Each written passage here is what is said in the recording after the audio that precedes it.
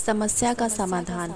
इस कहानी में यह बताया गया है कि जब समस्या छोटी होती है तभी हमें उसका हल ढूंढ लेना चाहिए, क्योंकि जब वो बड़ी हो जाती है तब उसका हल ढूंढना मुश्किल हो जाता है। छोटी समस्या को बड़े होते देर नहीं लगती। इससे हमें ताकत और हौसला मिलता है अपनी प्रॉब्लम से खुद निपटने का।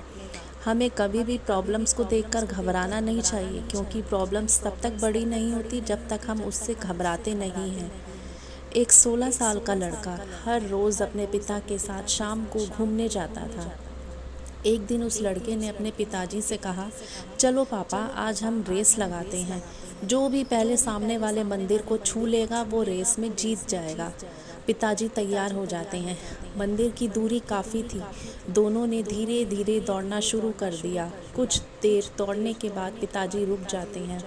अपने पिताजी को ऐसे अचानक रुकते हुए देख वो लड़का उनसे पूछता है, क्या हुआ पापा, आप ऐसे अचानक क्यों रुक गए? पिता ने कहा, कुछ नहीं बेटा, मेरे जूतों में कुछ कंकड़ आ गए हैं, मैं उन्हें निकालने के लिए रुक गया हूँ। लड़के ने कहा, पापा, कंकड़ तो मेरे जूतों में भी है, लेकिन मैं उन्हें नहीं निकालूंगा, क्योंकि अगर मैं रुक गया तो मैं रेस हार जाऊंगा। इतना बोलते हुए वे तेजी से दौड़ने लगा। पिताजी जब कंकड़ निकालकर आगे बढ़े तब तक वो लड़का बहुत आगे बढ़ चुका था। अब उस लड़के को पाँव में दर्द हो रहा था और उसी वजह से उसकी गति भी अब कम होती जा रही थी। धीरे धीरे पिताजी उसके करीब आने लगे थे। अपने बेटे के पैरों में तकलीफ देखकर पिताजी ने उससे कहा, बेटा, तुम पहले अपने जूतों में से कंकड़ निकाल दो। बेटे ने कहा, पापा, मेरे पास इसके लिए अभी टाइम नहीं है। लड़का इतना बोलकर दौड़ता रहा। कुछ ही देर में पिताजी उससे आगे निकल गए।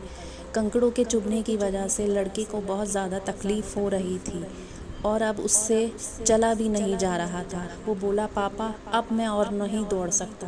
पिताजी बोले, देख लो, कहीं तुम रेस हार ना जाओ। बेटा बोला, मुझसे सच में नहीं चला जा रहा। उन्होंने देखा कि बेटे के पाँव से खून निकल रहा है। वो उसे जल्दी से रिक्शा करके घर ले जाते हैं और मरहम पट्टी करते हैं। जब बेटे का दर्द कुछ कम होता है तब पिताजी ने बेटे से कहा कि बेटा, अगर हमारी ज़िंदगी में कोई समस्या आती है तो हमें उसे ये कहकर नहीं टालना चाहिए कि हमारे पास टाइम नहीं है। हम अगर समस्या को नज़रअंदाज कर देते हैं तो वो धीरे धीरे और बड़ी बन जाती है और अंत में हमें जितना नुकसान पहुंचा सकती थी उससे कहीं ज़्यादा नुकसान पहुंचा देती हैं। तुम्हें कंकड़ निकालने में ज़्यादा से ज़्यादा 1 मिनट का समय लगता और अब तुम्हें 1 हफ्ते तक दर्द सहना होगा। और जब तक तुम्हारी चोट ठीक नहीं होगी तब तक तुम स्कूल भी नहीं जा पाओगे और जो तुम्हारी पढ़ाई का नुकसान होगा वो अलग। हमारी लाइफ ऐसे कई सारे कंकरों से भरी हुई होती है। कभी रिश्तों में कड़वाहट आ जाती है तो कभी प्रॉब्लम को लेकर हम परेशान हो जाते हैं। कभी हमें अपने साथ काम करने वाली कलीग से परेशानी होती है तो कभी कुछ। प्रॉब्लम कभी भी बताकर नहीं आती। कोई भी रिश्ते की जिस कड़वाहट को हम एक सॉरी बोलने से दूर कर सकते हैं वो देर करने पर अब टूट जाता है। एक छोटी सी बातचीत करने से अपने कलीग्स के साथ जो भी कन्फ्यूजन है हम वो ख़त्म कर सकते हैं।